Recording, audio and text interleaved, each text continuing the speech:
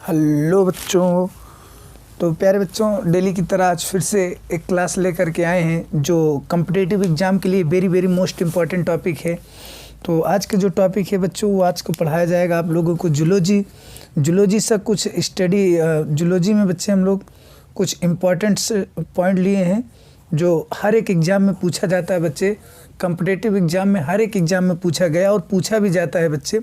इसको क्या करिएगा, अभी एसएससी जीडी का दौर चल रहा है, तो प्यारे बच्चों आप लोग यहाँ से एक बार देख लीजिएगा और आपके लिए एक क्वेश्चन तो ज़रूर यहाँ से बनता है। तो कोशिश करिएगा बच्चे, इसको देख के जाइएगा और पढ़ के जाइएगा ताकि आपको आपका एग्ज़ाम अच्छा जाए। ठीक है, चलिए तो ज़्यादा बातें ना करके बच्चे स्टार्ट करते हैं। हम लोग देखते हैं हमारा टॉपिक क्या है और इसका ये क्या है बच्चे, जिसको स्टडी पे आज हम लोग बताते हैं। अध्ययन किसका, अध्ययन कौन किया था। ठीक है, किसका क्या अध्ययन किया था, उस पे है ये टॉपिक।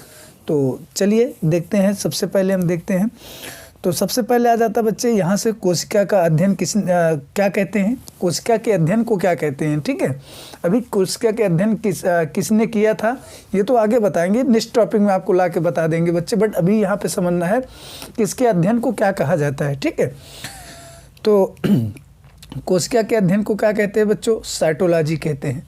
कोशिका के अध्ययन को क्या कहते हैं, साइटोलॉजी कहते हैं। ठीक है, अगला ऊतक के अध्ययन को क्या कहा जाता है बच्चों, ऊतक के अध्ययन को क्या कहते हैं, तो ऊतक के अध्ययन को कहते हैं हिस्टोलॉजी। ऊतक के अध्ययन को क्या कहते हैं, हिस्टोलॉजी। ध्यान दीजिएगा। आगे रक्त का अध्ययन क्या कहलाता है बच्चे, तो सीरोलॉजी कहलाता है। रक्त का अध्ययन क्या कहलाता है, सीरोलॉजी, दिमाग में बैठा लेना। और हीमोग्लोबिन के अध्ययन को क्या कहते हैं, हीमेटोलॉजी कहते हैं। हीमोग्लोबिन के अध्ययन को क्या कहते हैं बच्चों, हीमेटोलॉजी कहते हैं। हृदय के अध्ययन को क्या कहते हैं, यानी हृदय के अध्ययन को क्या कहते हैं, कार्डियोलॉजी कहते हैं। ठीक है, हृदय के अध्ययन को क्या कहा जाता है, कार्डियोलॉजी कहते हैं। ठीक, आगे कवक के अध्ययन को माइकोलॉजी, कवक के अध्ययन को माइकोलॉजी कहते हैं। और शैवाल के अध्ययन को क्या कहते हैं बच्चे, शैवाल जिसके अंतर्गत अध्ययन किया जाता है उसको कहते हैं फाइकोलॉजी। हड्डी जिसके अंतर्गत हड्डियों का अध्ययन करना क्या कहलाता है, अस्ट्रियोलॉजी कहलाता है। हड्डियों का अध्ययन कहलाना क्या कहलाता है, अस्ट्रियोलॉजी कहलाता है। ठीक है, आगे पुष्प का अध्ययन को क्या कहते हैं, यानी जिसके हम लोग अंतर्गत पुष्प का अध्ययन करेंगे उसको क्या कहते हैं बच्चे, एंथोलॉजी कहा जाता है। पुष्प के अध्ययन को क्या कहते हैं, एंथोलॉजी कहते हैं। अगला बैक्टीरिया का अध्ययन को क्या कहलाते हैं बच्चे, जिसके अंतर्गत हम लोग बैक्टीरिया का स्टडी करते हैं, तो बैक्टीरिया के अध्ययन को क्या कहते हैं, वायरियोलॉजी कहते हैं। क्या कहते हैं, वायरियोलॉजी कहते हैं। ठीक है, चलिए वायरियोलॉजी हो गया। अब देखते हैं ये बैक्टीरियोलॉजी हो गया। अब आ गया वायरस के अध्ययन को क्या कहते हैं, बैक्टीरिया मतलब होता है बच्चे जीवाणु जिसको कहते हैं, वायरस मतलब होता है विषाणु। ठीक है, तो वायरस के अध्ययन को क्या कहते हैं, वायरोलॉजी कहते हैं। वायरस के अध्ययन को क्या कहते हैं, वायरोलॉजी कहते हैं। आगे लाइकेन के अध्ययन को क्या कहा जाता है बच्चे, ये भी कई बार पूछा गया बच्चे। लाइकेन के अध्ययन को क्या कहते हैं, लाइकेनोलॉजी कहते हैं।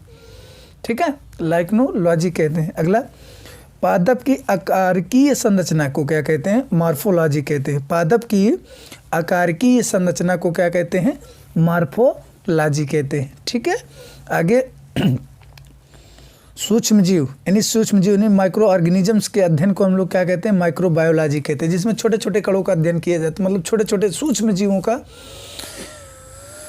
स्टडी किया जाता है बच्चे, अध्ययन किया जाता है, उसे क्या कहते हैं, माइक्रोबायोलॉजी कहते हैं। आगे घास के अध्ययन को क्या कहा जाता है बच्चे, जिसके अंतर्गत घास का अध्ययन किया जाता है, जिसको एग्रोस्टोलॉजी कहते हैं। घास के अध्ययन को क्या कहते हैं, एग्रोस्टोलॉजी कहते हैं। ठीक है, आगे ब्रायोफाइटा के अध्ययन को क्या कहते हैं बच्चे, तो ब्रायोलॉजी कहते हैं।